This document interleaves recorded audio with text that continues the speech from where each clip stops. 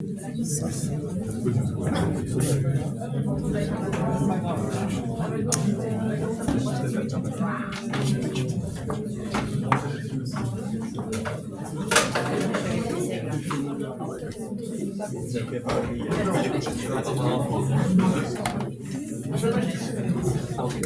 là, vas-y, prends.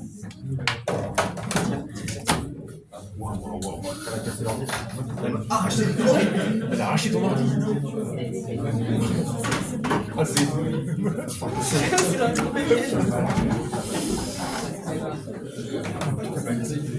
un peu plus dynamique, c'est très, très présentation corpo. C'est les news là. Ça. Ouais, il marche pas le stylo. 4 ans de batterie, j'ai jamais. Voilà. Oui, ça. Le charge, tu veux là? Non, il n'y a pas de chargeur. Non, c'est les petits là. Et c'est une petite paire niche, j'ai jamais reçu. Et j'ai appris de demander. À 86 À peu près. 80 euros. Ça le pack de 3. On n'a jamais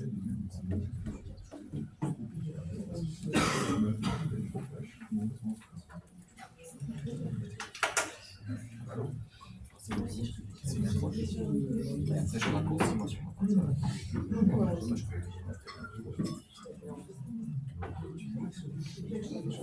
Non, mais je sais Une latence de engins.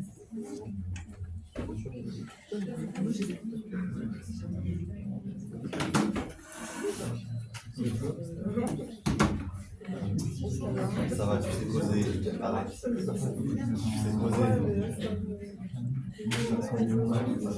T'inquiète, t'es à ton prêt.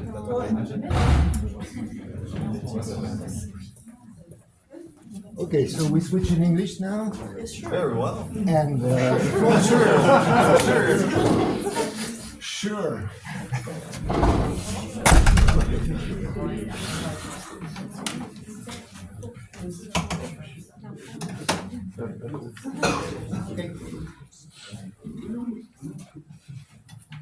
Good. Well, good morning, everyone. Now let's do a little something before we start. I want you all to pretend that I'm very stupid. And because it's very hard, I'm gonna help you. What if I told you that every time I took my car to come here, to come to the beautiful Plateau de Saclay, I threw it away and bought a new one every day that I would come here. And I use it and I throw it away again and again. You're probably convinced I'm extremely stupid at this point. Now what if I told you that people with PhDs, scientists, lots of money, they do that? You'd think if you didn't know anything about rockets, they're stupid too. And it turns out that quite a few of them think it is stupid indeed, and they're working on the future of space, reusable launchers. Thank you, John, for your introduction. So first, let's understand what is a reusable space launcher. So a reusable space launcher is a type of rocket built so that some of all of these parts, the thrusters, the boosters, the spaceplane, can be used again for the future flights.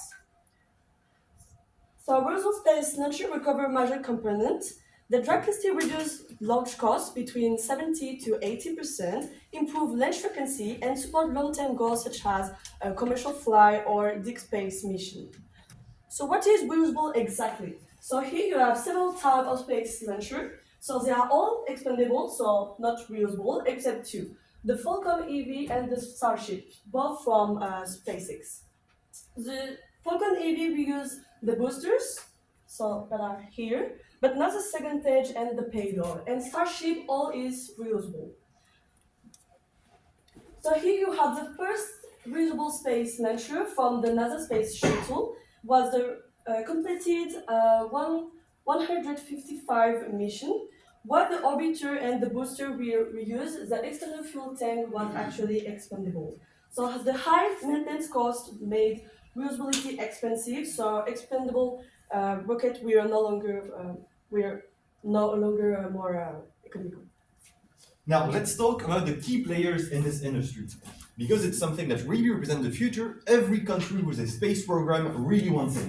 Now obviously it's mostly led by the US right now with SpaceX, and everywhere in the world it seems to be mostly private company startups.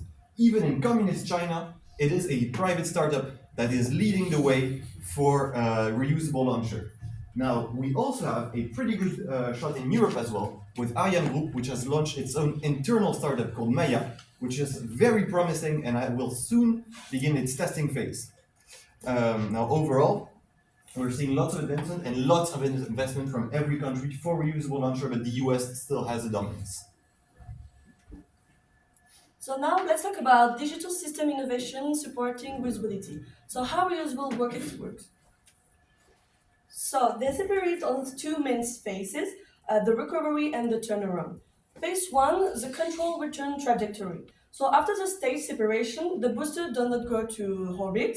It follows a control return to Earth, landing on the land or at sea.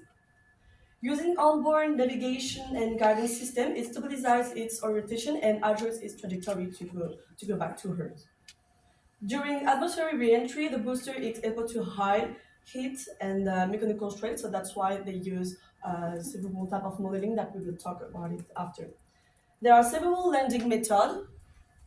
So you have the vertical propulsive landing using landing legs, such as for the SpaceX with the Falcon Heavy, and you have the parachute-assisted descent with a recovery in the ocean that is generally used. So after the landing, recovery operation begins. So the booster is secure, transported, and sent to a refurbishment facility for reuse. So now we are in phase two, the turnaround and the refurbishment protocol to prepare for the next flight. After recovery, the objective is to restore the booster to flight-ready status efficiency while maintaining the strict safety and reliability standards. So you have first the inspection and diagnostic. So technicians perform visual inspection and non-destructive testing, checking structure, tanks, avionics, sensor, etc. You have after the maintenance and repair, so damaged parts are repaired or totally replaced, system recalibrate, and the software is updated. And at the end, you have refueling and mission preparation. So the booster is reconfigured for the next mission, refuel, testing the ground, and then reintegrated for the next launch. So now let's talk about the numerical modeling and simulation. So after each flight, the vehicle safety must be verified for sure. So engineers use modeling and simulation to predict degradation, optimize maintenance, and ensure a safe flight. So the central is the use of digital twin.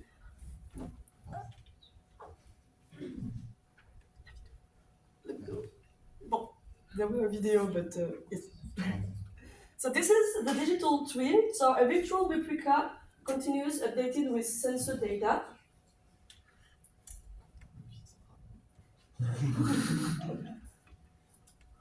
It's okay. So digital twin, as I said, is a virtual replication continuous updating data such as temperature, pressure, vibration, and acceleration. So it integrates several model types. So the first one is the structural and fatigue modeling to predict the stress, traction initiative, and propagation. After you have the thermal degradation modeling to stimulate heat transfer, insulation, and material behavior.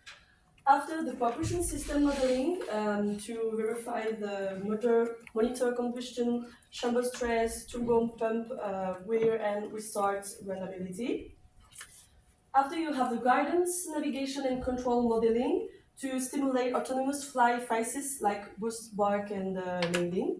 And at the end, you have the probabilistic and reliability modeling to estimate failure probabilities using statistical method data, like the Monte Carlo simulation, for instance. These models communicate continuously, making the digital twin an integrative framework that synchronizes structural and reliability data in the near real time.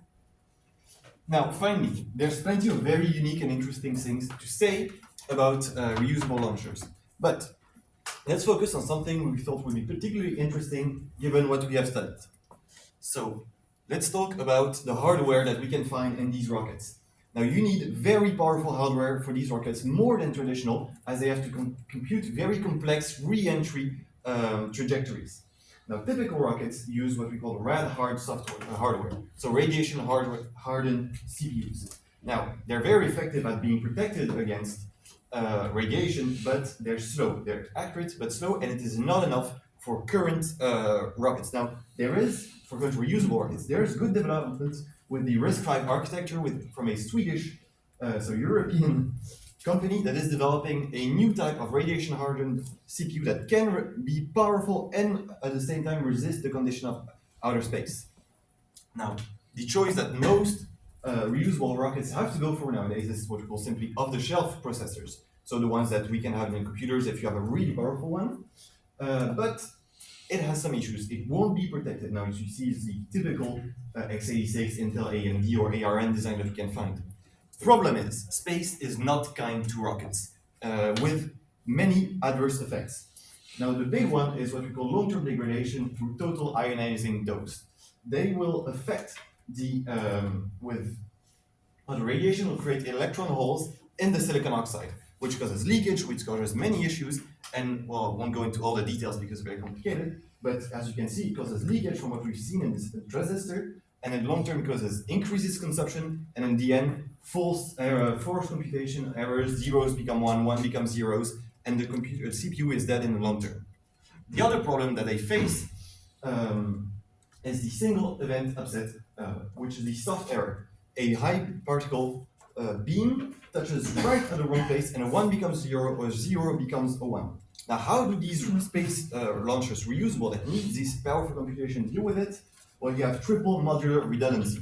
You just take 3 CPUs, they do the same computation, and you do the majority. If 2 say it's a 0, 1 says it's a 1, then it's a 0. And that way you avoid the errors that can come from these errors, from these conditions of extreme conditions in outer space. Now here you can see the practical way of it works. So the particle hits right in the N+, and then can flip the transistor from one state to another. So a major risk now is a Kessel syndrome. The growing amount of orbital debris increasing collision risk, potentially trigger also a chain reaction that create even more fragment in the atmosphere. So to limit this, international cooperation is essential. Sharing standards and for debris management, certification for reuse, launcher system, and best practice among agencies and companies. At the same time, innovation, new propulsion, orbital refueling, life cycle analysis can reduce the environmental impact of space mission and improve sustainability. Thank you very much for listening to us.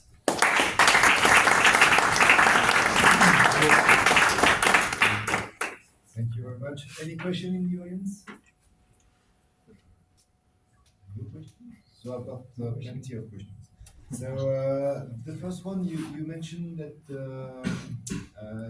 there is Monte Carlo simulation. Mhm. Yeah. Can you explain what is a Monte Carlo simulation? It's a type of statistical probabilistic that they use to.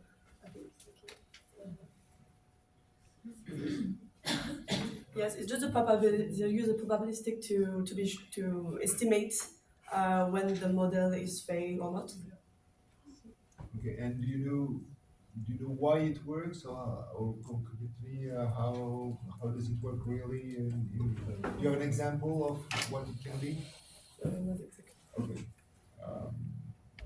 So you're simulating kind of a random walk, so how random conditions can happen, and so you get at the same time the most normal, but you also will get, if there's a central random walk, so it goes +1, ±1.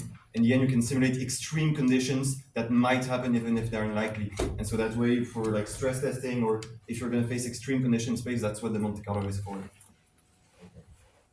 Anyone in the audience has an idea of what Monte Carlo methods are? Yeah, it's an empirical method. It's an empirical method. Yes. No. It's based on probability, but any idea of why it works or how it works? You just have to simulate. You get some data, and you just made a VAR, and with that you create a pattern with a normal law, and you simulate different data from the VAR and other parameters you can check. Okay. So we'll discuss that afterward. Question 2. You mentioned digital twin, right? can you explain more what it is and especially what the challenge of doing a digital twin are? It's just a virtual replica that they use that is continuous with a real system, so they can see if there is degradation, actual degradation, or other reaction with the thermal or depression, etc. So it's yes. And what are the challenges to do that? So it's modeling the right way. Often they'll have sensors within the rockets to try and get the data into its digital twin. It's about correctly modeling everything that gets into the rocket, how it's degraded or not, and the sensors can't always be as accurate. And it's also having the right computing power because there can be very complex simulation. Third question. You mentioned a radar, the Swedish company, or a radiation radar, Yes. Swedish company. Which one is it? I- Can you mention it? I noted its name No, somewhere. afterwards, if you can mention it Yeah. in your slides, that would be useful. Because it was a weird Swedish name, so I had trouble No problem. remembering. But they were working a lot on RISC-V architecture, especially for space application. Yeah, interesting. But if you mention a company, just go ahead and put the name. And the last question, you mentioned that there is space radiations environments, and especially that there is some events that have happened, single event upsets, we call it SEU, and that's a tricky question. Is it sensible to combinatorial or sequential logic?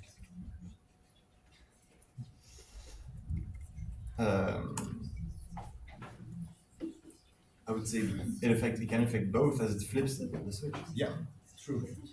But so it passes through the transistors, and so it becomes a pulse, and then there is a change in the combinatorial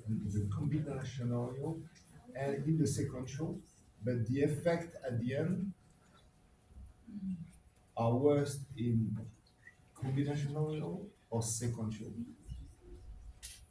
Or that they'd be worse, I think, in sequential because the error keeps on adding to everything that happens afterwards. Exactly. Sequential. Thank you very much.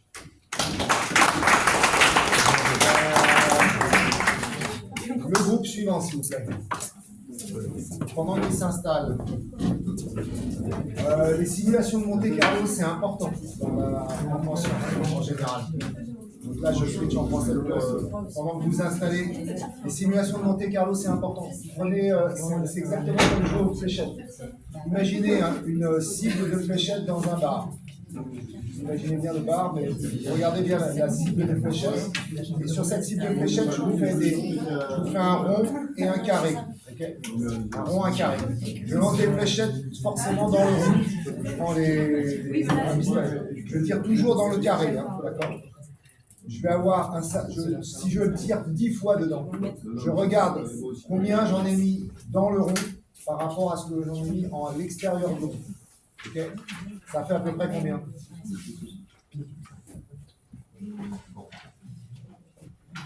Et pourquoi? Parce que si j'en fais 100, et si j'en fais 1000 des tirs, et bien petit à petit, je vais converger par rapport à la surface du carré qui est, on va dire, D carré, par rapport à pi R carré, enfin, pi D2 sur carré. Okay, donc, ce ratio de surface va correspondre au ratio de probabilité que je vais avoir de mettre dans la cible.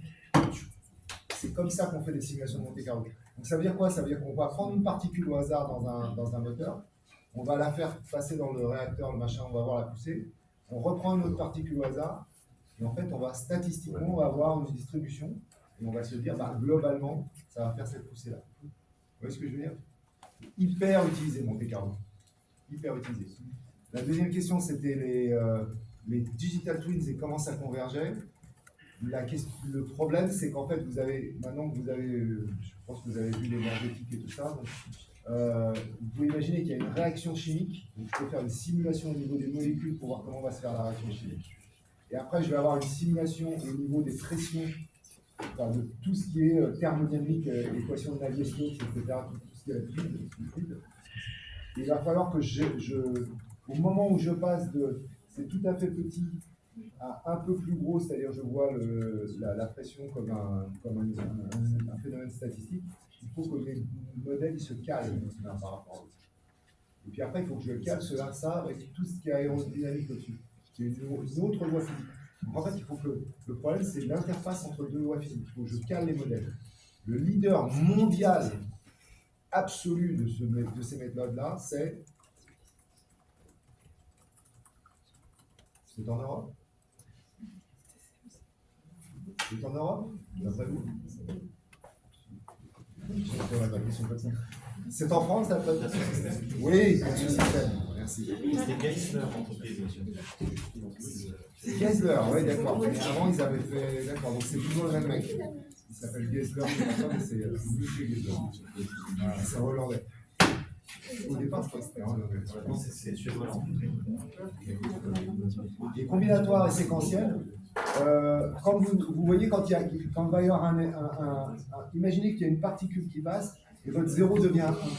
Si votre 0 devient 1 dans l'unité de calcul A plus B, j'ai le résultat du calcul A plus B qui est perturbé, ce n'est pas grave tant que je n'ai pas fait le coup de cloque. D'accord ? Donc en gros, c'est moins sensible au combinatoire et c'est plus sensible sur le séquentiel parce que si je tape un endroit où par exemple c'est une machine d'état, si j'ai le malheur de taper un bit sur une machine d'état, je ne sais pas si vous voyez ce que ça fait. Ça veut dire que je fais au lieu de faire un read, je fais un write. Enfin bon, alors là c'est la fin. Ou je branche un mauvais endroit sur une adresse. Là, je peux partir dans le détail. Ok, on repasse en. Ok, we switch back to English and the second talk about neuromorphic computing. The floor is yours. So, hello everyone. Here we're going to present you the neuromorphic computing.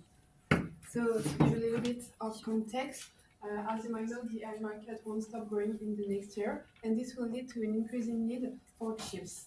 But the problem is that actual chips, such as the CPU or the GPU, they are facing real limits. So the first one is the increasing need in heat and anticipation in energy. The second problem is that deep learning architecture is based on neuron called perceptron, and the chips they are not tailored for that. Let me remind you that GPU they are tailored first for image processing. So this leads to the von Neumann bottleneck of memory and calculus. And the third problem is that miniaturization of the gate is reaching its limit, as we saw in class. So the solution could be in neuromorphic computation, which aim to reproduce the neural network architecture, which is like the human brain. So how does it work? First, there is a presynaptic neuron which activates a synapse through an electrical signal. Then the synapse makes the computation and store the weight. And depending on the weight, there is a postsynaptic neuron which will process the data. And as you can see, it's exactly how it works in neural network, with the weight, the computation, and the activation function. So there are three types of architecture in neuromorphic calculus. First, there are the CMOS, as we saw in class. But as you can see, we will need around 20 transistors for one synapse and one neuron, so it's not efficient at all. Secondly, there are the memory store, which uses ion to function. So as you can see here, there is a gate, which is a source of ion, which can move to the WR3 layer, which is a conductive channel whose resistance can change depending on the number of ions in this layer. And then to read the data, we can pass the current from the source to the drain, which will tell us how many ions there is inside, and so if it's 0 or 1. So it's non-volatile memory and programmable computation. And so when we put the memory store in crossbar, we can do matrix multiplication. The last one is the Spintronic, developed a Mongol by Julie Royer at Thales. So Spintronic uses the spin of the electron to implement neural-like nonlinear activation. So we pass current to encode the magnetic state of this free field here, and it can be whether up, so parallel to encode a 0, or down and anti-parallel to encode a 1. So once again, it's non-volatile memory and programmable synapse, which allow energy efficient processing. Thank you, Clémence. Now we're going to see a little bit more about the industry landscape and the other notable no-market projects. First, the True North project. It was a research program launched by IBM in 2014. The goal was to create a specialized processor for sensory and cognitive information, and the goal was that it has to be highly parallel and energy efficient. The processor is built around with 1 million digital neurons, more than 200 million programmable synapses, and consuming only about 65 milliwatts, so it's quite low. And it's one of the advantage of this technology and this processor. Architecture, on the architecture, so as I said, each core contains more than 200 neurons, and computation is coordinated by a token controller. So it manages spikes driven operation, and this token controller will allow like highly parallel computation. Another fact is the fact that it's mixed asynchronous and synchronous. Asynchronous to save energy, but we're gonna keep the computation synchronous for reliability. And finally, the chips can be connected to build system with millions to billions of neurons. So it was a success for IBM in like the research market. Some of the applications, so we can use it for computer vision, classification, real-time video processing, visual attention, or pattern recognition. So everything linked to vision in general. But at that time, there was still some limitation.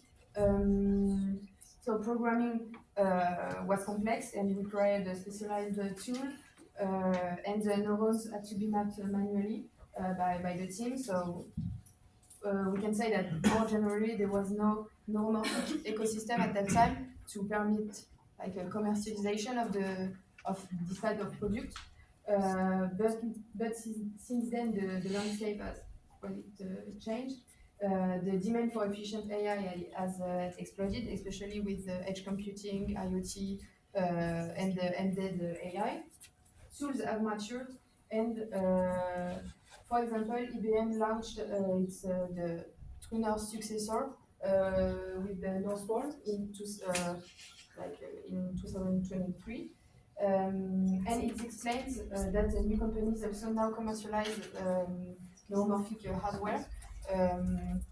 So it was, you can say that IBM was revolutionary from a research perspective, but we can see more of the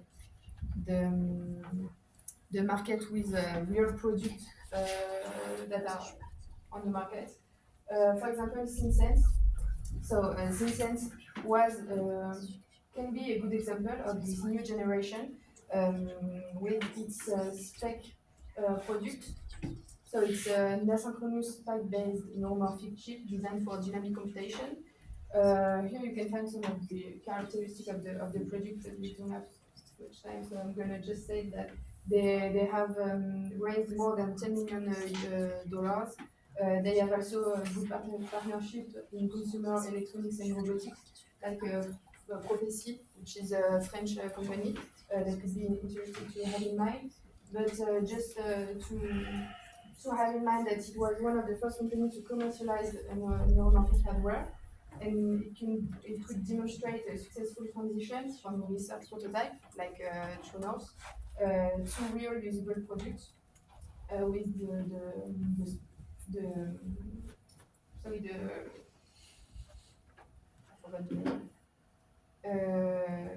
the spec product. and it highlights the European presence in the emerging neuromorphic hardware market, because I forgot to tell, but it's a Swiss company, so it's good for the European market, and relevant for sovereignty and strategic investment maybe.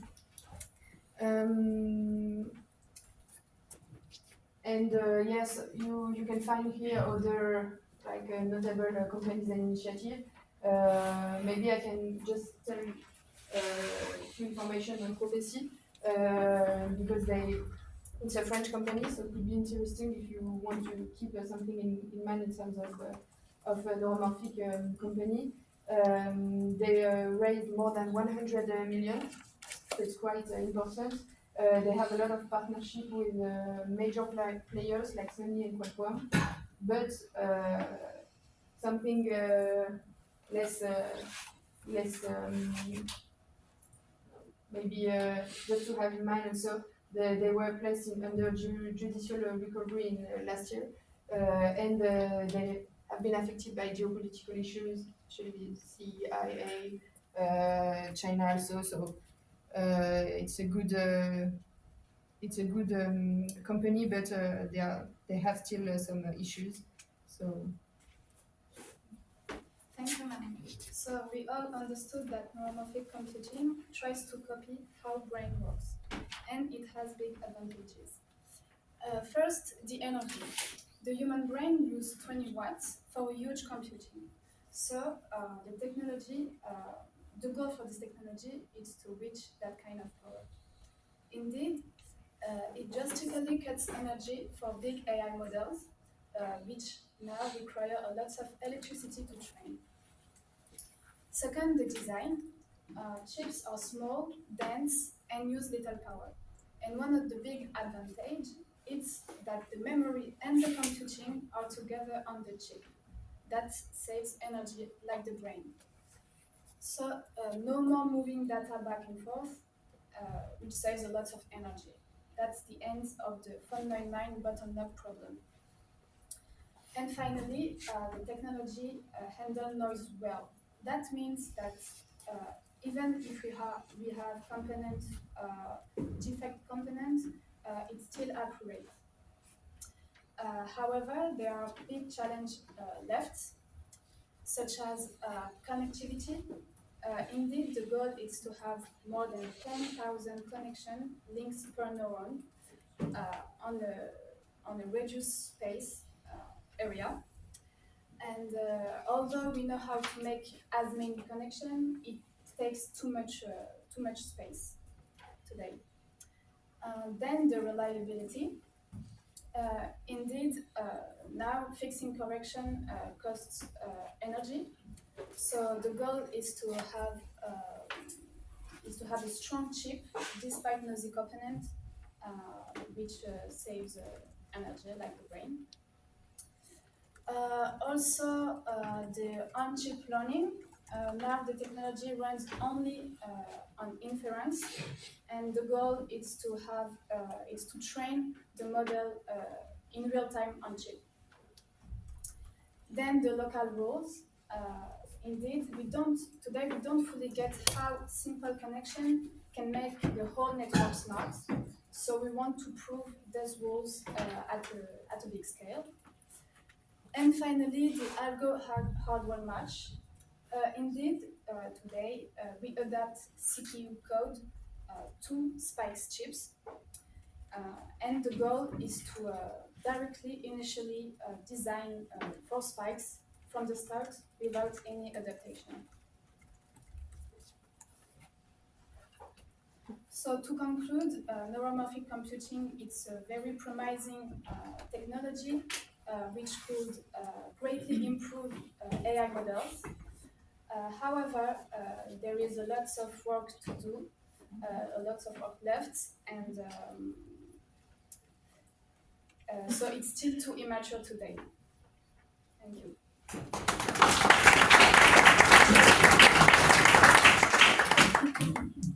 Any question in the audience? Okay, so I've got questions. So can you go back to memory stores, please?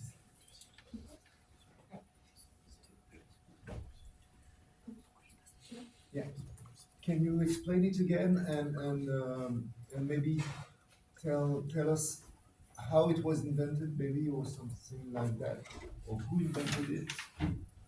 So who and how, I don't really know, but how it works, I know. So here, here there are some ions, positive, it's a lithium plus, and they can move from there to there, and here it just here to stop the electron, so the negative charges. And once the ions are present here, we can pass a current from there to there, as it works for CMOS, and it will read the state here. And the difference between a normal transistor is that it's non-volatile, so even if we cut the current, it will still work. And do you know how it was discovered, maybe? Which company, maybe? So I found all of those papers in the former Russian work in 2006, Okay. but I don't know. Maybe IBM has been talked about it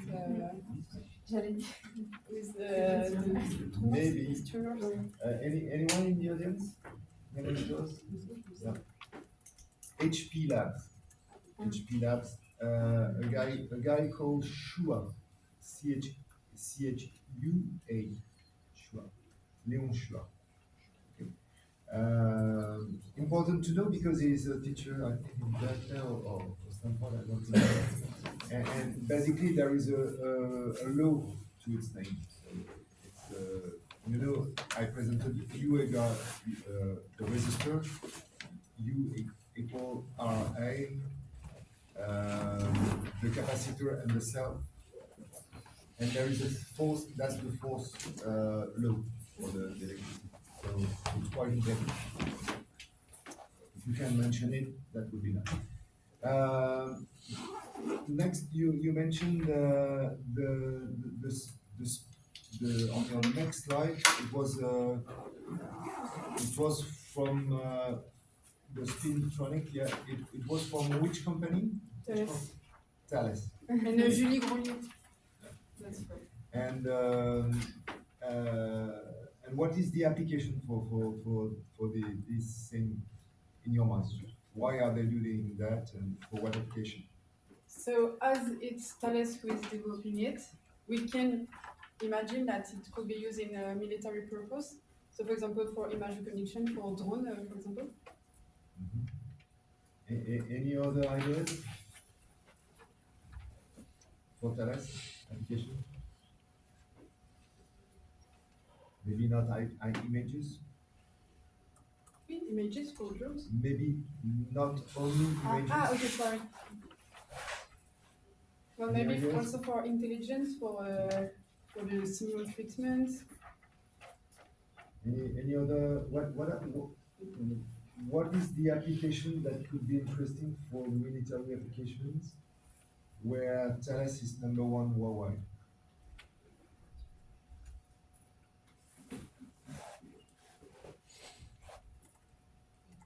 In Elancourt.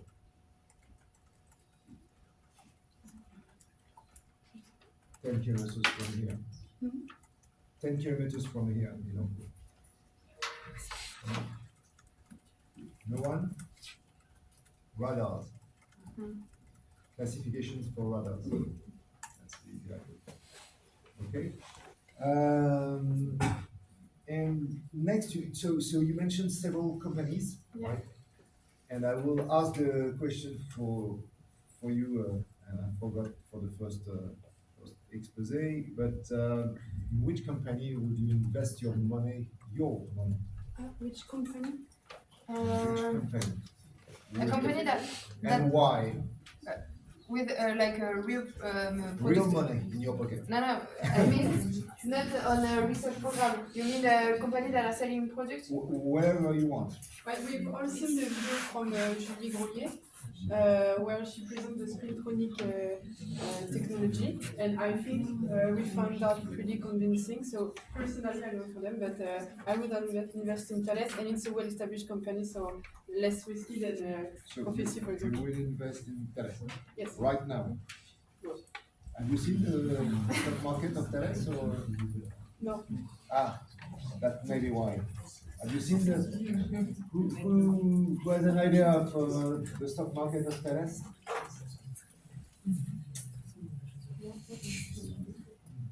Can you show up? Can you show up the stock of Thales, maybe? Can you show up the stock of Thales? Just type EPA 2 points HO. EPA 2 points HO. EPA 2 points HO. HO. HO. Ouais, c'est ça. EPHO. Ouais. Graphique, please. Graphique. Tout en bas.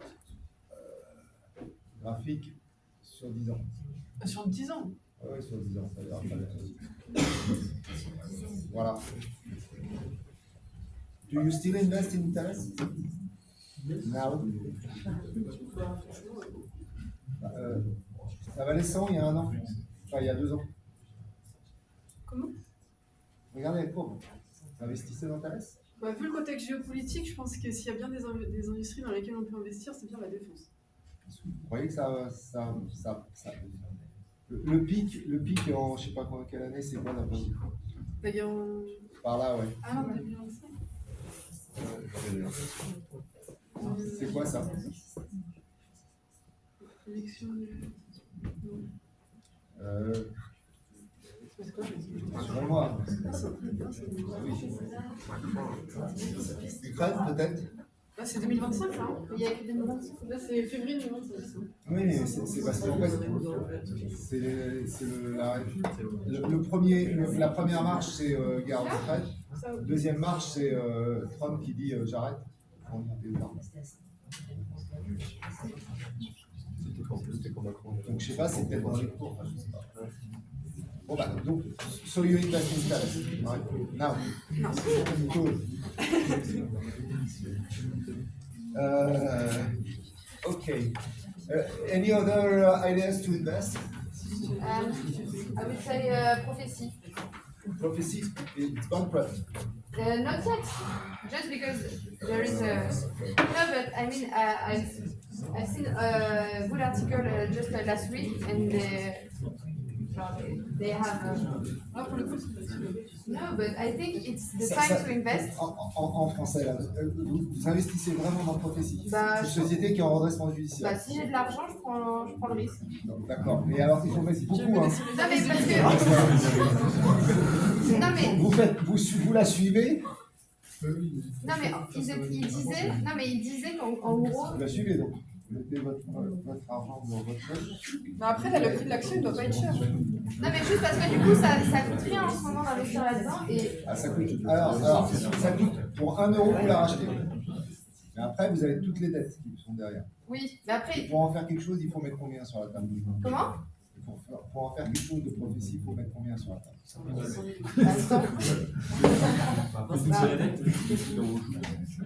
Il faut combien pour en faire quelque chose? Bah, faut réussir à lever les 100 millions. Enfin, les sortir de quelque part. C'est ça, en fait, il faut arriver à faire un chip qui marche. Ouais. Ça coûte, leur demandeur, ouais, c'est à peu près 100 millions. Mais parce que malgré tout. Soit vous avez 100, c'est terrible ce genre de truc, parce que soit vous avez 100 millions et vous reprenez la boîte pour 1 euro et vous en faites quelque chose, vous faites le prochain chip. Ça, c'est possible. Soit vous mettez 10 millions et ils se font cramer. Pour rien. Oui, non, mais c'est ce que je disais, juste Dans 1 le prendre. million, c'est pour rien. Non, mais je veux dire, si j'ai de l'argent aujourd'hui, j'en ai pas à C'est-à-dire 100 investir. millions. J'en ai pas, donc si aujourd'hui ou demain je mettrais. Si j'ai pas d'argent, bon, j'investis dans Thales où il y a moins d'incertitudes, mais si j'ai de l'argent, je préfère prendre une entreprise qui est encore très risquée, mais qui demain peut être valorisée 10 ou 20 fois son Ce EBITDA. que j'essaie de vous dire, c'est que si vous investissez dans votre prophétie, soit vous mettez 100 millions, Oui. soit rien. Mm. Parce que si vous mettez 1 million, vous l'avez perdu. Si vous mettez 10, il y a une chance sur 100 que vous n'arriverez pas jusqu'au test chip. Ça ne sert à rien. Donc c'est terrible le semi-conducteur pour ça, parce que c'est des paris. Ce que j'essaie de vous faire comprendre, c'est que c'est des paris chers. C'est des grosses mises forcément. On ne peut pas jouer petit quoi. Voilà. Ok. Et alors les autres choses où vous investiriez? Honnêtement, j'investirais pas, je pense, dans la tech, juste globalement. Moi, il y a un truc qui me choque, c'est que vous nous avez parlé d'IBM avant. Oui. Ils sont pas là? Bah, ah non, mais parce que ça, c'était les autres. D'accord. Et Enfin, c'est. donc du coup, est-ce que vous... Donc alors, on revient sur la slide d'avant peut-être alors.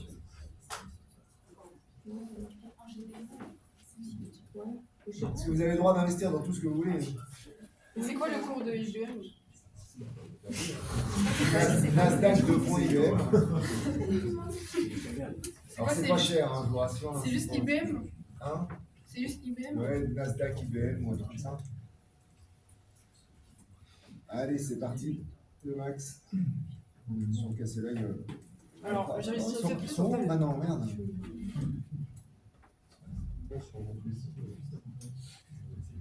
La question c'est pourquoi ils sont hauts. Je pense que tout le monde joue quantique chez eux. C'est pas le neuromorphique, je vous rassure, c'est pas le neuromorphique. Ouais. Ils jouent quantique là. Ouais. Moi je suis pas sûr que ça vaille autant. Que ça va pas? Je suis pas sûr que ça vaille. Ça vaut 2 fois plus qu'il y a 5 ans.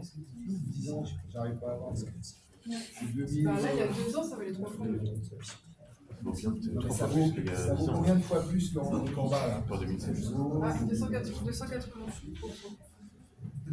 Mais c'est quand la deadline en bas là, oui, c'est quand vous baladez, juste avant la montée, c'est quelle date? 2023. 2023. C'était 125, là c'est 300. Est-ce que ça vaut 2 fois plus qu'il y a 2 ans? À presque 3 fois. Ouais, au moins 2-3 fois plus qu'il y a 2 ans. Je suis pas convaincu là. Qu'est-ce qu'ils ont fait depuis 2 ans? À part le quantique, ils ont. C'est pas de neuromorphique. C'est lent. Donc vous achetez du IBM alors maintenant? Et vous trois là, vous achetez du IBM, vous achetez. En vrai, ils ont fait des progrès avec le quantique, mais du coup, le remarquable, c'est qu'il reste une large. Vous achetez ou vous achetez pas? Là, j'achète pas. Moi non plus. Il y a des gens qui achètent du IBM dans la salle? Vous achetez du IBM? Ah bon. Et vous pariez quoi du coup? Sur l'argent. Sur l'argent et sur les levées de fonds qui font par le futur. IBM? Ouais, IBM des levées de fonds? les investissements. IBM, des investissements. Ils vont investir dedans ou il y a des gens qui vont investir dans IBM? Les deux. Qui c'est qui va investir dans IBM? Alors ça, je ne plus. Ok. Bon, moi je suis très calme. Très calme. Ok, merci bien. L'exposé d'avant, là, ils sont encore là. Hop, l'exposé d'avant. L'exposé d'avant. Vous investiriez dans quoi?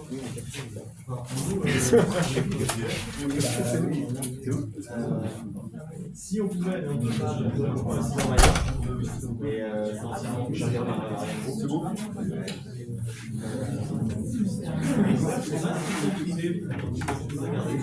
Tesla, non, SpaceX, vous voulez dire.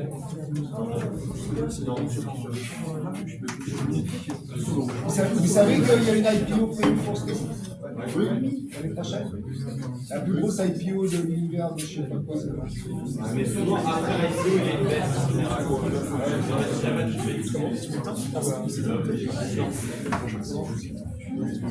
Ouais, enfin.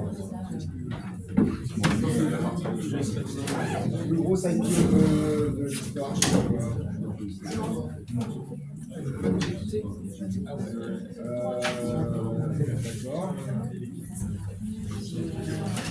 Donc vous investissez dans quoi là? Parce que vous m'avez pas répondu. Bah, Kessler, je sais pas.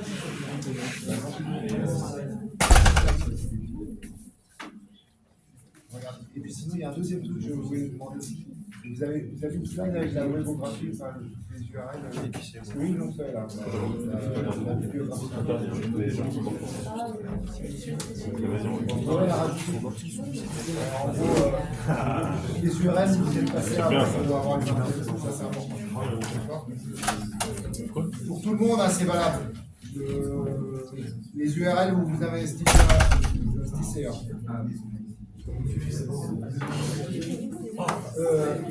Dans quoi vous avez utilisé et les URL que vous avez utilisés dans votre CV, la biblio, quoi. Tout en bas. On va le chercher. L'URL c'est mieux aussi, comme ça,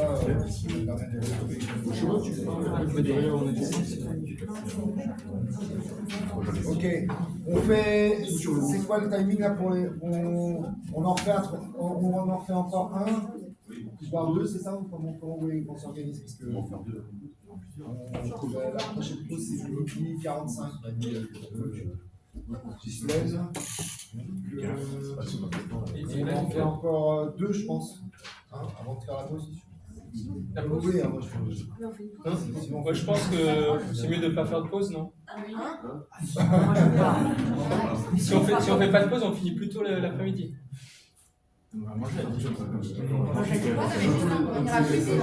Tout chaud jusqu'à ce soir. Non, mais. Et à 15h, et pas de quiz biologique non plus. Non, mais on peut tenir 2 heures là, je pense. Non, plus sérieusement, faut faire pas. Cet exposé-là, vous y avez droit. Après celui-là, on discute. Ok, the next, optical glass storage. The floor is yours. Thank you. Okay, so let's present to you the optical glass storage, the future of transmitting human knowledge and the future of data storage.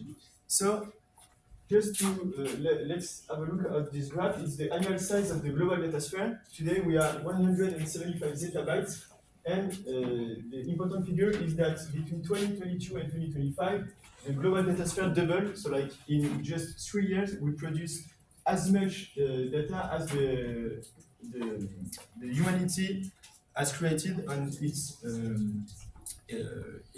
since the beginning. But not that all the data are the same, and today we are going to focus on cold storage, named also warm, that is write once, read many. So, what type of storage do we have? Let's make a brief history of different archive technologies, and we wanted to begin by this type of storage. So, we'll not use this now, but we have to know that this type of storage has been used for the vast majority of human era. So the cold storage with magnetic and numerical storage, it's quite new.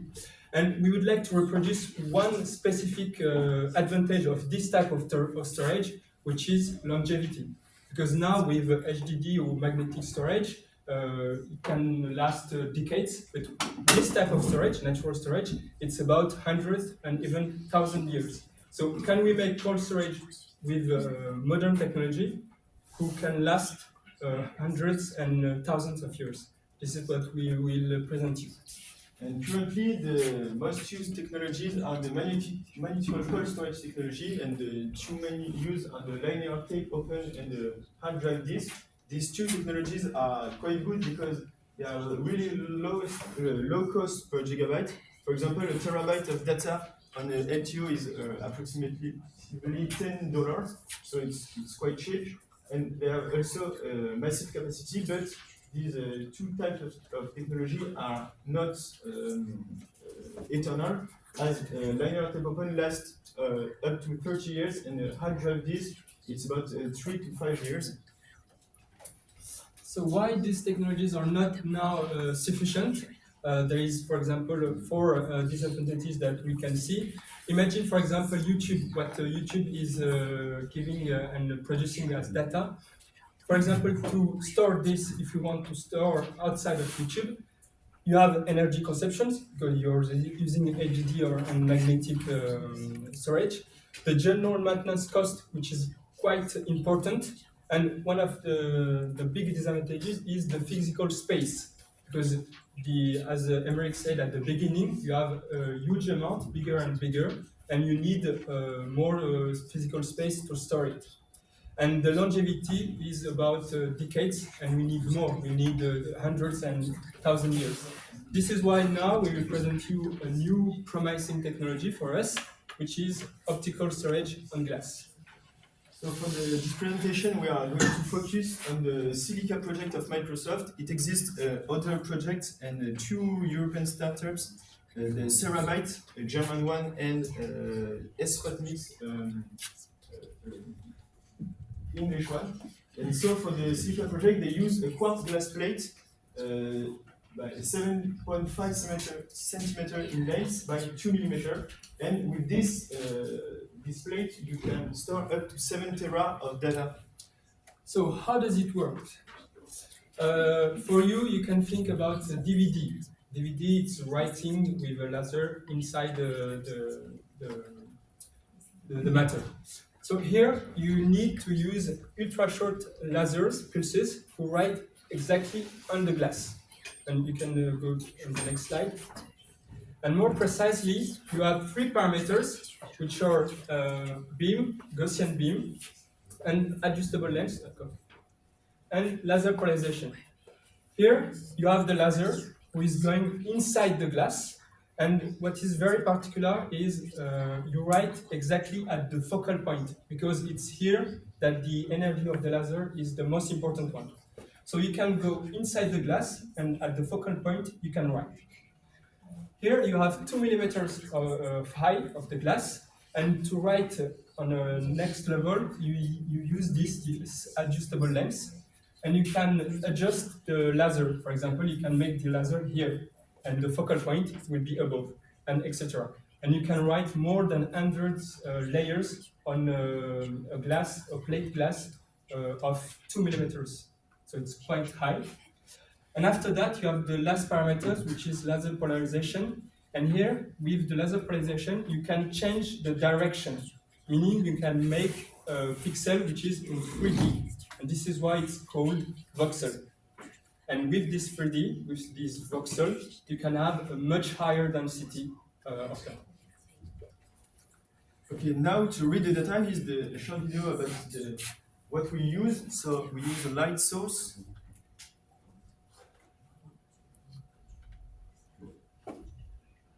Okay, so we use a light source, we use, as Nathan explained, so two polarization control and two lenses, and above, under there's a camera. So basically, we send a beam of light thanks to the light source into a polarization control and lens to focus on the area we want and the selected voxel.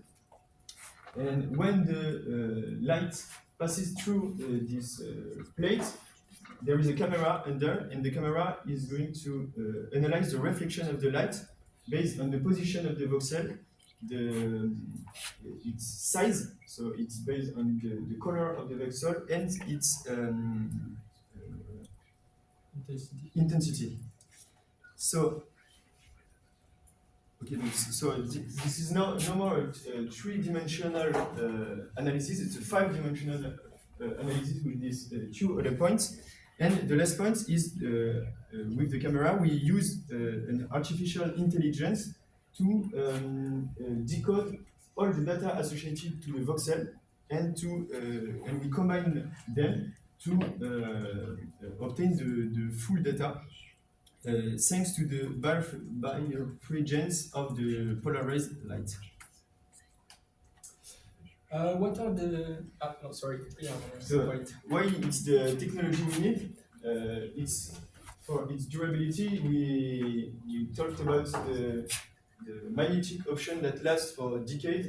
Here you can store data for thousands of years.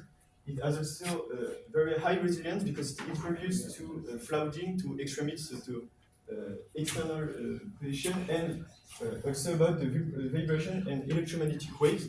And the RTO are win against that, and it's also about passive storage and low cost to store this type of data.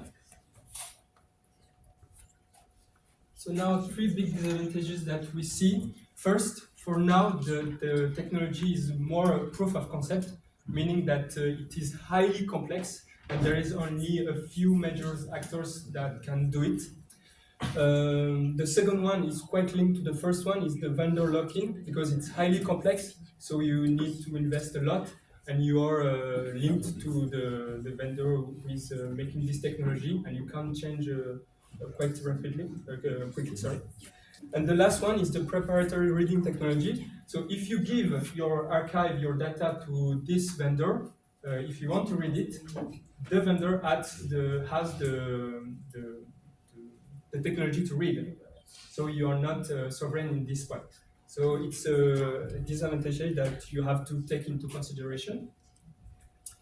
Why to invest? So if you want to invest in this technology, we see 3 areas which are quite important: administrative, scientific, and cultural areas. For example, let's take one example. It's about the legal process.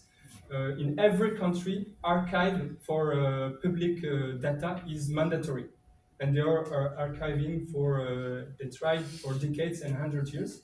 So for this type of industries and entities, it is very useful, and they can invest and they will have a good return.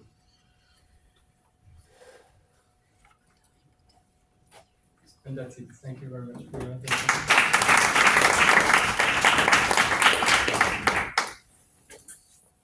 Question in the audience?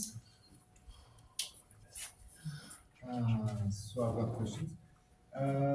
Can you go back to the first slide, please? Where you have got the storage into the room. Yeah. This side? Yeah. What is ZB? Zettabyte. Zettabyte. Can you explain what a zettabyte is? It's 10 out of 21 power 21. Yeah. Yes. So and what is I don't know, compare it to a normal storage that you have. What is normal storage for you is what, 1 terabyte, right? Yes. Or even gigabytes. In our computer, it's in gigabytes. Okay, so gigabytes. After that, it's Terabytes. after that. Exabyte. Yeah. After that. Petabyte. Peta, exa, zeta. Yes. Donc ça fait 1 milliard de fois plus que ce que vous avez sur le TSC. 1 milliard. 3 fois 3 zéros. Bon, ça vous fait rien. Ouais, bah, ça fait waouh normalement, merde. Yes, yes, indeed. C'est beaucoup quoi. Mais c'est surtout qu'en 3 ans, on a produit autant en Oui, c'est 3 ça, ans c'est- que tout ce qu'on a Alors, produit. ça c'est une bonne remarque. Et on s'en rend pas compte. Là, je viens d'entendre, c'est tellement grand, on s'en rend pas compte. C'est vrai. Donc, on prend des images. Premièrement, c'est les insultes du capitaine Haddock. 1000 milliards de 1000 sabords. C'est ça. 1000 milliards de. C'est ça. 1000 milliards, c'est ça. De zettabytes. Et l'autre truc, c'est si je prends une goutte d'eau, un zettabyte, c'est à peu près les océans de la planète. On appelle ça digital ocean. Et le pire, c'est que là où on va, on en produit beaucoup plus. Ouais, bah, nous, c'est ce qui nous avait plus impressionné, moins sur le total, que plutôt si vous prenez après 2022, en 2025, on a produit le double de tout ce que l'humanité a fait. Ce qui est le plus bluffant, c'est qu'en l'an 2000, je sais pas, c'est quand, c'est 2010 là, 2010. En 2010, je vous rassure, tout ce qui avait été écrit par l'humanité était numérisé. Toutes les bibliothèques du monde, Wikipédia, les archives de tous les gouvernements de la planète, en 2010, tout était numérisé, on est d'accord. C'est-à-dire qu'en fait, tout le savoir de 3000 ans tient sur l'épaisseur du trait là-haut. Tout le reste, c'est des vidéos de YouTube de chats, des chats machin, des conneries quoi. C'est hallucinant. Et là maintenant, quel est le meilleur business model aujourd'hui, tiens? Je diverge, mais c'est important. La publicité, utiliser les données des utilisateurs. Ouais, pour, mais là, en ce moment, c'est quoi l'explosion? Alors, je ne sais plus comment ils appellent ça maintenant, le mot. Vous savez, il y a maintenant des IA de vidéos qui nous génèrent des vidéos à la con. Et il y a des IA qui, en un prompt, vous dites, remplace le bonhomme en rouge par un chat. Remplace le bonhomme en bleu par un chien. Et vous prenez une vidéo marrante sur YouTube, d'accord, et vous faites un prompt, et le truc vous dit remplace le bonhomme en rouge par un chien, le bonhomme en bleu par un chat, et puis après vous faites for i égale 1 to n, c'est-à-dire vous faites chien, chat, crocodile, babouin, je sais pas quoi, chameau, et vous balancez ça dans la vidéo, et il vous génère la même blague avec 50 000 bestioles. Okay, un chien qui attrape un renard. Et vous balancez ça sur YouTube. Et les mecs font des millions de vues. Et comme ils font des millions de vues, ça rapporte beaucoup de publicité. Et comme ça rapporte beaucoup de publicité, ça marche très bien. C'est le meilleur business model qu'il y a aujourd'hui.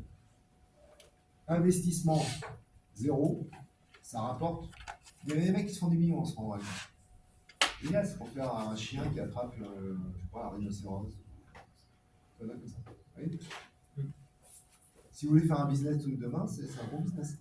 Ouais, et vous allez générer des étabytes. Je pense qu'il y a plus productif plutôt dans le cinéma. Et eux, ils vont utiliser ça plus pour la production de films, en réduisant le coût des cascades, des choses comme ça. Ouais. Qui ont déjà commencé. Alors, oui, mais là, c'est presque utile, quoi.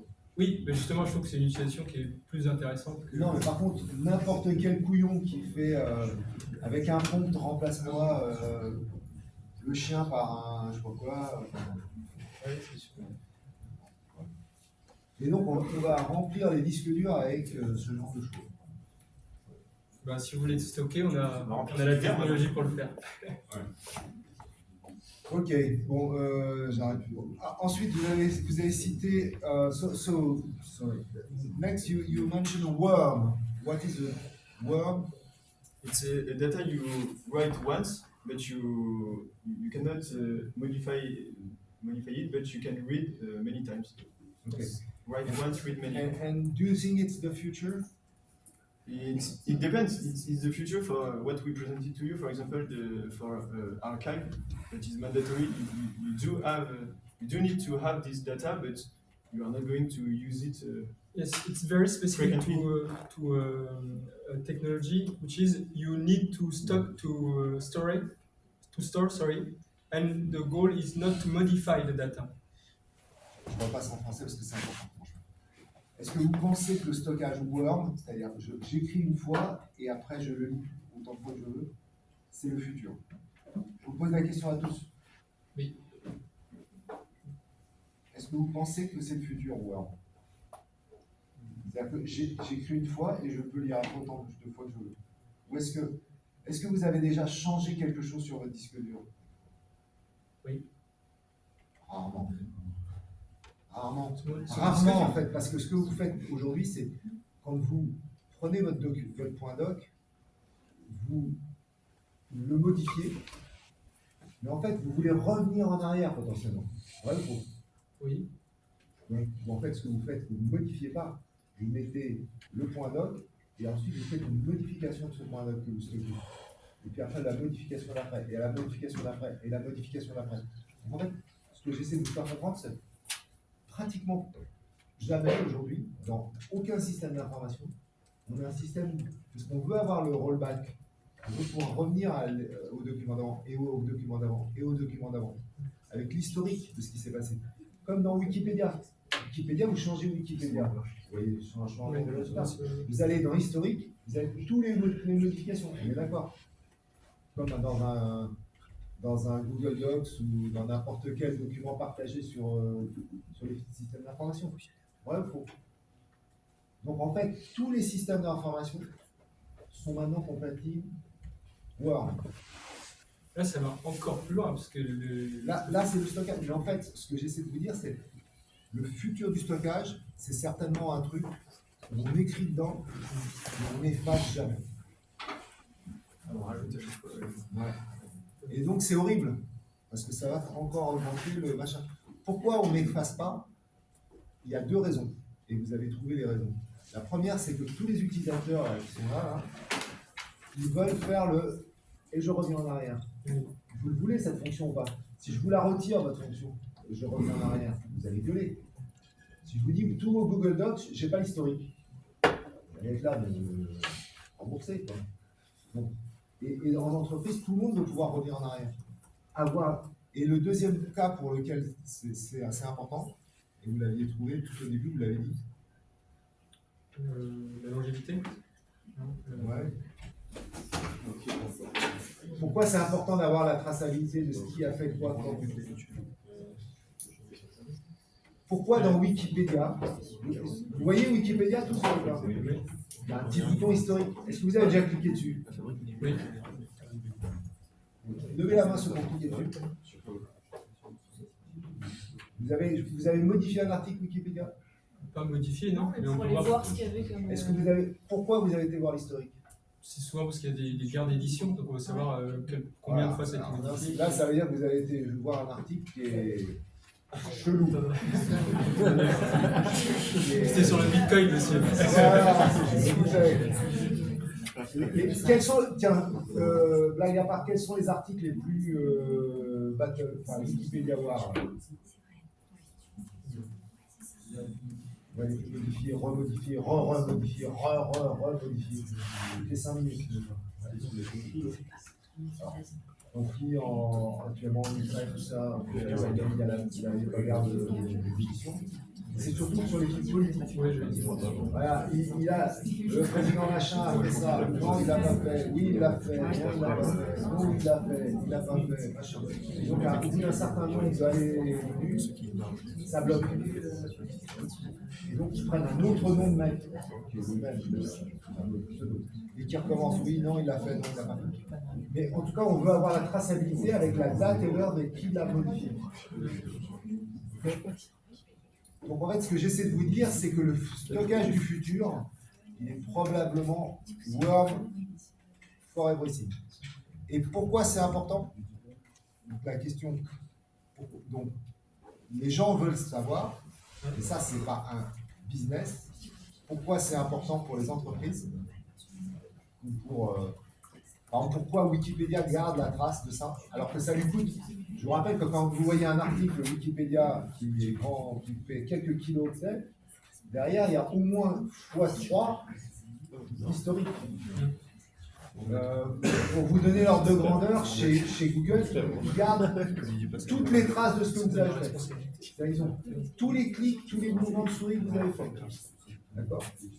C'est-à-dire qu'en fait, ce stockage-là de l'historique représente à peu près, les derniers chiffres que j'avais, c'est x5 de ce que vous voyez. C'est-à-dire ce que vous voyez sur de Google, ils ont x5 parce qu'ils ont tout l'historique de ce que vous avez stocké. Vous êtes passé par Google Maps, machin, ce que vous avez fait, l'itinéraire, tout ça. Ils sont tous stockés. Donc ça prend beaucoup de place de stockage. Donc beaucoup de cache. Question, pourquoi ils le font? Bon, il y a une partie légale. Voilà, c'est légal en fait. C'est le légal. Pour les entreprises, c'est le légal. Donc on va être obligé de garder l'historique d'un document. Mais l'historique du document sera dans le document. Oui. Ce qui n'est pas le cas aujourd'hui. Mais les futurs stockages de PDF, ils seront avec historique. Donc vous investissez? Oui, mais dans quoi? Dans nos technologies. Non mais, le fait que ce soit un stockage où je peux écrire et que je ne peux pas effacer après, j'achète. Le problème, c'est quel techno? Oui. Parce que vous lui avez dit à la fin, je vous pose la question, c'est quoi le standard dans lequel j'investis? Justement, nous on a vu trois entreprises qui le font. Ouais. On a Microsoft. Oui. C'est ceux qui ont le plus développé avec Microsoft numéro 1. Qui ont la plus Terabyte. Cerabyte, c'est une start-up allemande. Et après, c'était S-Photonics. Ouais, S-Photonics qui était anglais. Alors, et pourquoi c'est un Allemand d'après vous? Ça, c'est ma question.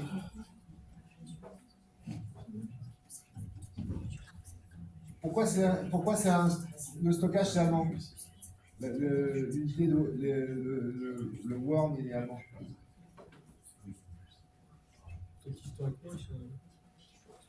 Parce qu'en fait, il y a un énorme marché du stockage de l'Europe, en Europe. La Commission européenne, elle doit stocker des trucs. Et la Commission européenne, c'est en Belgique, donc c'est pas les Belges qui vont inventer la techno. Donc, c'est les Allemands. Okay, parce qu'ils sont bons en optique, les Allemands, à cause d'ASML qui est Zeiss. Et donc ça veut dire qu'il y aura un stockage obligatoire, d'une façon ou d'une autre, en Europe. Et je ne sais pas si vous avez vu toute la stratégie numérique allemande, c'est de tourner autour du document. Je ne sais pas si vous avez vu, c'est Open Office, c'est allemand. Tout le Bundestag, etc., ils ont dégagé tous les la suite Office, ils ont mis Open Office à la place. Et ça s'appelle The Document, document de compagnie. La boîte. Alors c'est OpenOffice ou c'est LibreOffice? Alors il y a une bagarre. C'est LibreOffice. Parce que OpenOffice, il y a alors, je ne me trompe pas. Il y a OpenOffice, LibreOffice et le dernier OnlyOffice. OnlyOffice, voilà. Et OnlyOffice, lui, par contre, il est mieux techniquement, mais il est basé, je crois, à Singapour, si je ne me trompe pas, avec des Russes qui l'ont fait. Ou un truc dans le goût là. Donc c'est moins sûr.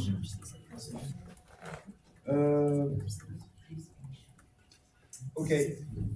Un truc quand même, le clin d'œil pour ceux d'avant. Vous pouvez remettre la slide avec LTO. LTO.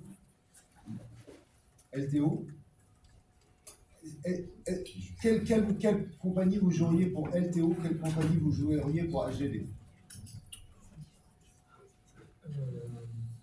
Alors, question. Est-ce que SSD est dans le game? Non. Pourquoi? Parce que le SSD, c'est la vitesse d'accès à la donnée, l'écriture. Non, c'est pas pour ça.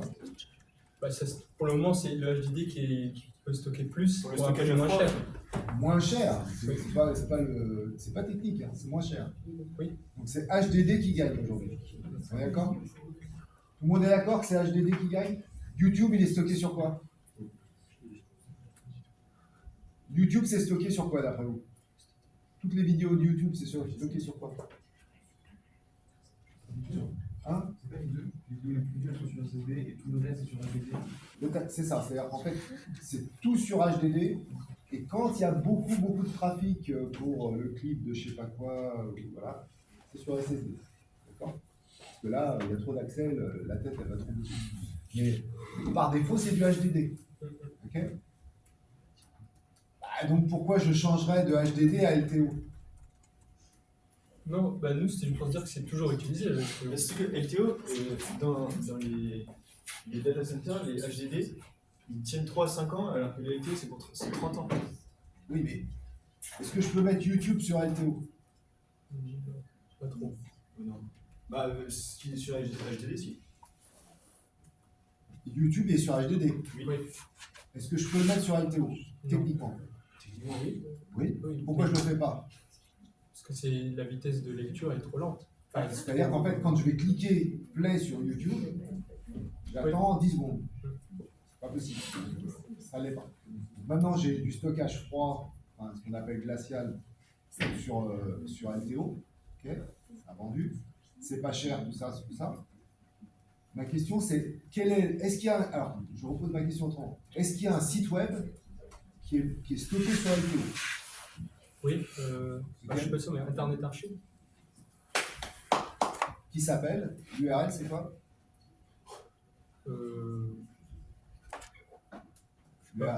Si vous tapez Internet Archive, ça marche pas. Peut-être qu'il y a LTO dedans. Je ne sais pas. Quelqu'un connaît l'archive de Web Archive? Webback Machine. Webback.org. Et c'est qui est derrière ce machin-là? On a dit tout à l'heure, raison légale, machin, truc bidule. Quels sont les mecs qui veulent avoir légalement tout ce qui s'est mis un jour sur un site web? Tout ce qui s'est mis un jour sur un site web. Qui sont les tarés qui ont voulu stocker tout ce qui a été mis sur un site web. Depuis 20 ans. C'est qui? Mais répondez, c'est qui? C'est donc c'est l'agence américaine du gagné, la librairie du Congrès. Le Congrès américain a dit, à un moment donné, il s'est dit merde, le web, il me faut une trace juridique que Saddam Hussein en 1980 a mis ça sur son site web. Il faut une trace juridique. Ils archivent tout. C'est pour ça que Webback c'est vraiment important. Webback Machine. Webback.org, c'est un site ultra de référence. Et c'est stocké en. C'est pour ça que quand vous cliquez Webback Machine et vous dites et en 1980 sur le site machin, il y avait quoi? Clique. Et ben, 10 secondes plus tard, il va prendre sa bande, machin, il va charger. Mais par contre, juridiquement, c'est génial. C'est la preuve qu'un Gugus a dit sur machin, Trump a fait je sais pas quoi, il l'a pas fait, il l'a fait, il l'a pas fait. Alors, soi-disant, tout Twitter était archivé, sur Webback Machine. Tout Twitter, ça c'est sûr.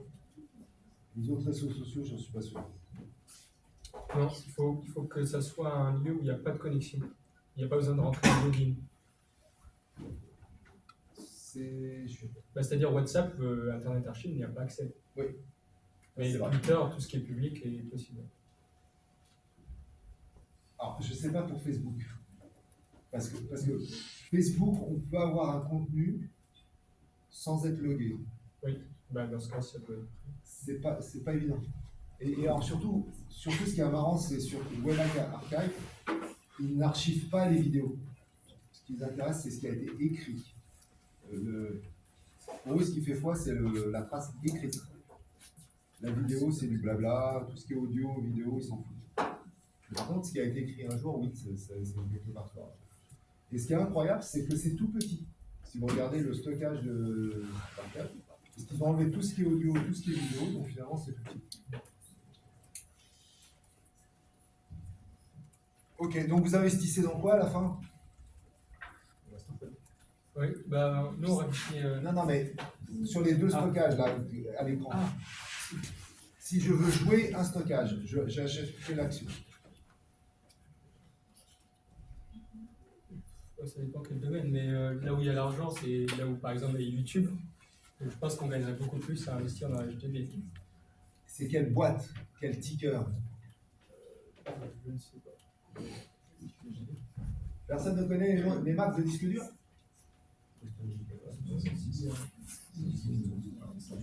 C'est du stockage, surtout SSD. Western Digital. Western Digital, gagné, il y en a.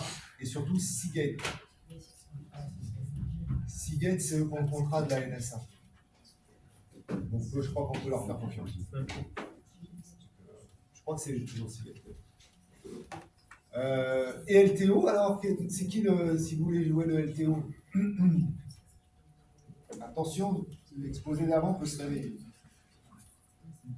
C'est un indice. IBM. Ouais. Leader mondial du LTO, IBM. Et surtout, ce qu'ils ont fait, c'est qu'ils ont normalisé. Parce que c'est ça votre problème. Oui. C'est que tous les trucs gravés en optique, machin il fait ça, bidule il fait truc, troisième fait. Et vous voyez là, ce qui est important à comprendre, c'est la force des standards. S'il y avait un standard de stockage, alors il y a un standard LTO, enfin le standard, il n'y a qu'une boîte qui marche, c'est IBM. faire. Au moins, il a fait un standard qui est ouvert, mais il est le seul à l'utiliser.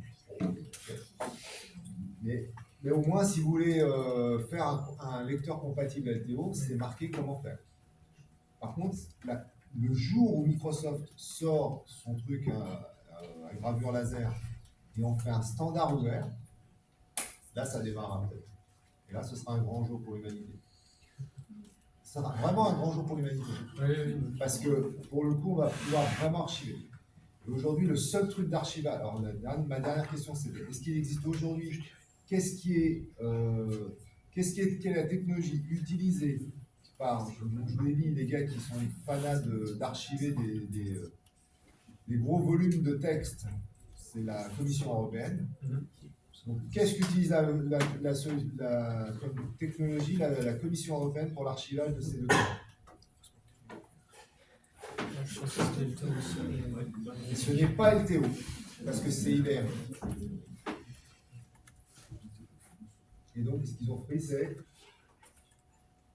ils ont pris des disques optiques, des disques optiques CD, DVD, et en fait, ils ont fait une version spéciale où ils gravent au laser dedans. Donc, ça fait du quasiment. Donc, c'est bien de l'optique. C'est le seul endroit au monde où on stocke en optique. Peut-être. Et ils sont très cons parce qu'ils auraient pu en faire un standard. Et ils auraient pu lancer un marché avec une boîte allemande. Voilà. Ok. Bon, bah très bien. Et donc, vous investissez dans... Non, Serabyte. Non. Serabyte, la version allemande de cette technologie. Et ils ont quoi comme client? Pas encore. Ouais. Mais même Microsoft... C'est à risque, là. Ouais, mais c'est nouveau. Même Microsoft, ils ont fait un partenariat avec une industrie pour le cinéma. Mais ils ont stocké un film pour l'instant. Et là, ils le lancent. Donc c'est nouveau aussi. C'est bon, jamais. Ils ont stocké un film. Superman. Si vous voulez être précurseur, vous pouvez nous suivre. Pas sûr. Ils ont stocké un film, vous m'avez dit, c'est ça? Pardon? Ils ont stocké un film, c'est ça? Oui, qui a très bien fonctionné pour l'instant. Oui, ok. Le jour où ils ont comme client Netflix, appelez. Ok, très bien, allez.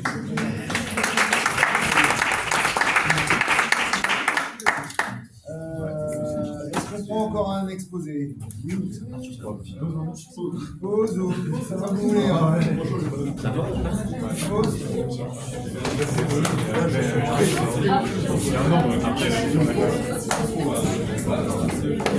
Faites deux pauses.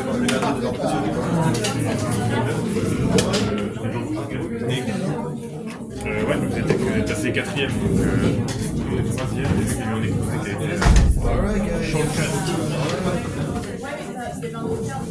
Ah oui, la Gaussienne ville.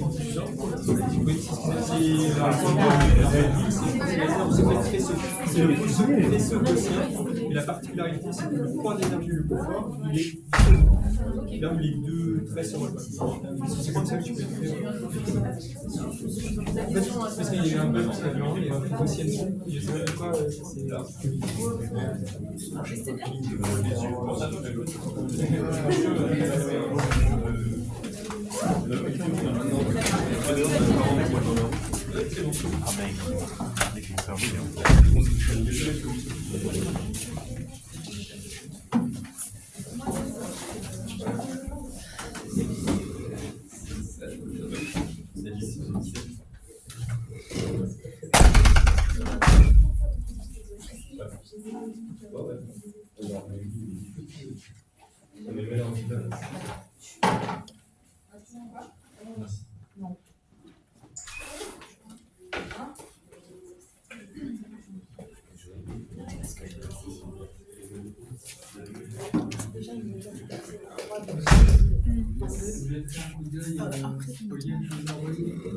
Ça se trouve, vous avez sur LinkedIn?